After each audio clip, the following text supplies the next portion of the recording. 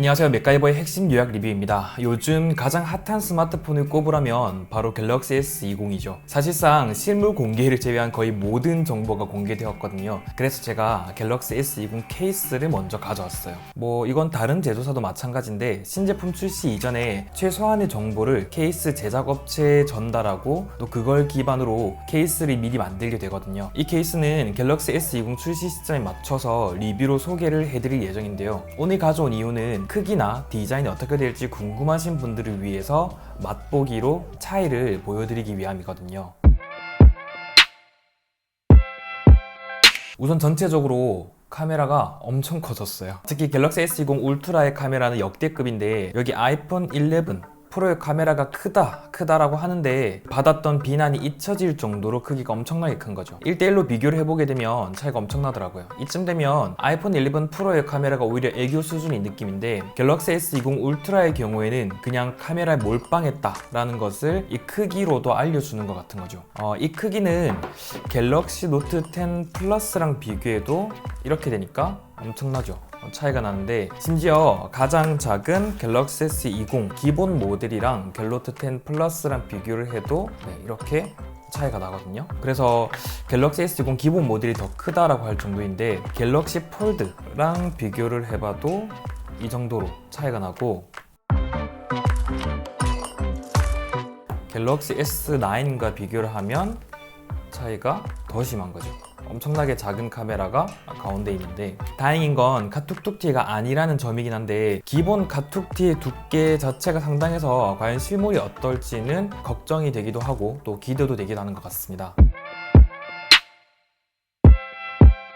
이어서 버튼은 우측에 몰려 있어요. 그러니까 이렇게 봤을 때 오른쪽에 몰려 있다라는 건데 갤노트 10을 보게 되면 이렇게 보면 버튼이 좌측에 몰빵해요. 그런데 갤럭시 S20은 우측으로 간 거죠. 물론 버튼 위치라는 게 내부 구조나 아니면 전략에 따라 달라질 수는 있겠지만 이렇게 왼쪽으로 갔다가 또 오른쪽으로 갔다가 하는 건 개인적으로 조금 아쉬운데요. 사용 경험의 측면에서 멀리 바라보고 중장기적으로 밀고 나아가는 그런 사용자 경험이 이렇게 바로 바뀌는 건 조금 아쉬운 거죠. 거기다가 이 울트라의 경우에는 버튼이 한참 위에 있어요. 이쯤에 있거든요. 그래서 폰을 쥐고서 바로 누를 수도 없고 손을 이렇게 추가로 움직여야 되는 거죠. 그나마 다행이라면 이렇게 1대1로 비교를 했을 때는 아이폰 대비 전원 버튼의 위치는 조금 더 아래쪽에 있다라는 거거든요. 그러니까 볼륨 버튼 조작이 살짝 불편하다라고 보면 이해가 쉬울 것 같습니다. 여담이지만 울트라의 경우에는 카메라를 이만큼이나 강조를 했으면 별도의 카메라 버튼을 만들어주는 것도 좋지 않을까 싶은 생각도 드는데 이건 아마 장단점이 있으니까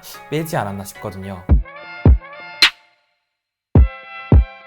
상단부 마이크 홀로 보이는 부분은 제각기 위치가 달라요. 아마 내부의 구조 차이 때문인 것 같은데 하단부는 간격이 거의 같더라고요. 스피커 홀이 오른쪽에 위치하고 있고 마이크가 왼쪽인데 특별할 것은 없고 깔끔한 게 조금 인상적인 거죠. 갤럭시 S20 시리즈는 이렇게 안으로 들어가는 크기 정도의 차이를 가졌는데요. 갤럭시 S20은 가장 많이 차이가 났어요. 쉽게 빠질 정도죠. 그리고 갤럭시 S20 플러스의 경우에는 꼭 끼워질 정도로 울트라와 차이는 많지 않더라고요. 대신 카메라가 역대급 차이가 나고 두께가 조금 더 울트라가 두껍다라는 점에서 울트라에 조금 더 몰빵한 느낌이 드는 거죠. 그리고 아마 이 갤럭시 S20 울트라가 너무 크지 않을까라는 생각을 하실 것 같아요. 인터넷으로 보실 때 워낙 큰 카메라를 보셔서 그럴 수도 있는데 갤노트 10 플러스를 끼워보면 이 S20 울트라 케이스에 꼭 맞는 거죠. 약간 빠듯하긴 한데 차이라면 모서리 곡률이 있고 또 두께 있을 것 같은데 울트라는 아마 갤노트와 가로는 거의 같고 세로 높이가 아주 살짝 높지 않을까 싶은 거죠. 아이폰 11 프로 맥스와 비교하자면 가로는 아이폰이 살짝 더 뭉툭해요. 그리고 세로는 이만큼 차이가 나는데요. 역시 카메라 크기는 다시 봐도 역대급으로 차이가 나는 거죠. V50S는 쏙 들어가서 너비가 더 작거나 오히려 비슷하고 높이는 여전히 차이가 나는데요. 갤폴드는 역시나 차이가 엄청나더라고요. 이렇게 여유가 상당히 넘치는 거죠.